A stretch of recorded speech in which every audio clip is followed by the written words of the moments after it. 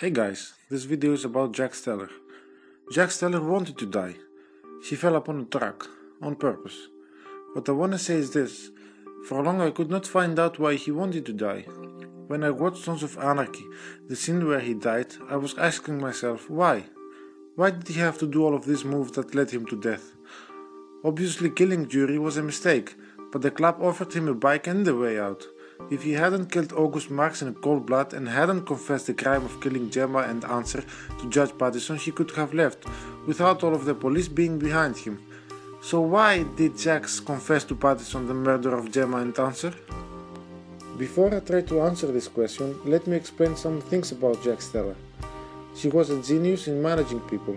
She always talked about what the other person wanted.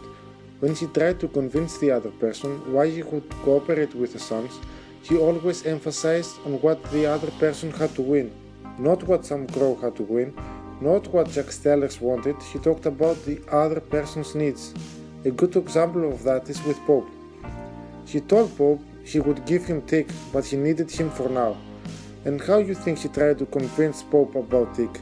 Did she say, "No, please don't kill him, no, please, he's my friend and I love him, he means the world to me"? No, Jax tries to figure the motives of his enemies, what they really want, what they need, what their weakness is. She told Pope that he resonated with his motives and that he wanted to give him Tick because he was the reason that Opie died. She made Pope believe that he thought that Tick was to blame about Opie's murder. So Pope, who hated Tick because Tick killed his daughter, would resonate with Jax's feelings. Pope was also a great leader. He wanted his associates to be people with ambition. So in order to keep Tick alive, he told Pope that he wanted to use Tick in order to frame his enemy Clay Morrow.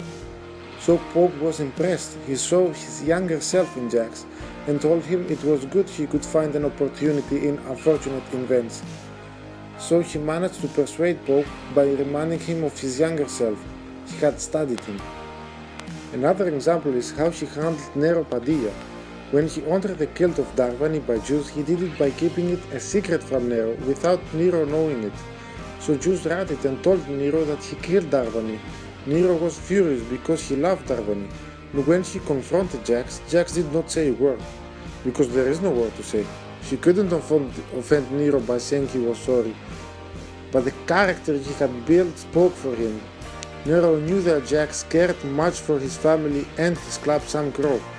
And based on Jax's loyalty and protectiveness for his people, Nero knew that Jax did what she did to protect his family and the club.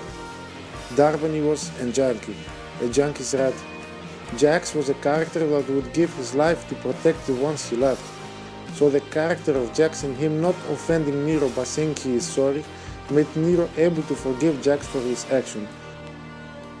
So Jax was a master in controlling people. But there was a person in Sons of Anarchy so unpredictable that Jax could not control. That person was Gemma Teller Morrow.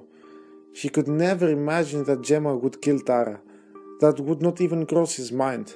The brutal death of Tara also contributed to this factor. She believed Gemma that a gang killed Tara in order to hurt Sam Crow. So Jax, in order to revenge the death of Tara, started a war with the Chinese, and so many people died just because Gemma did not tell the truth. When Gemma had to come out and tell the truth, Jax had only one choice.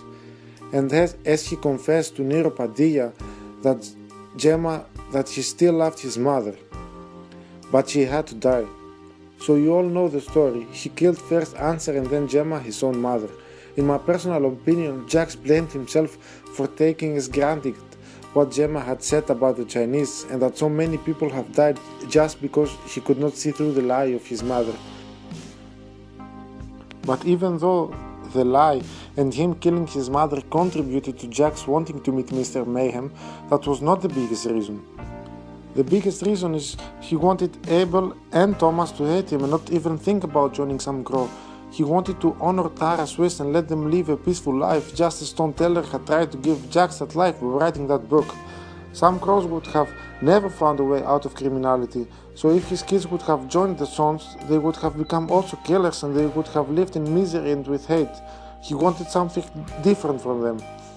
But don't get me wrong, I'm not saying that being a member of Sons of Anarchy gets you to hate everybody. There is a deep connection of love with all the members. That's why before dying, Jax shot August Marcus to death. She could not forgive the murder of Bobby, and that's why she killed Pop, because she blamed him for Opie's death. That's why she killed Claymore for the murder of his father.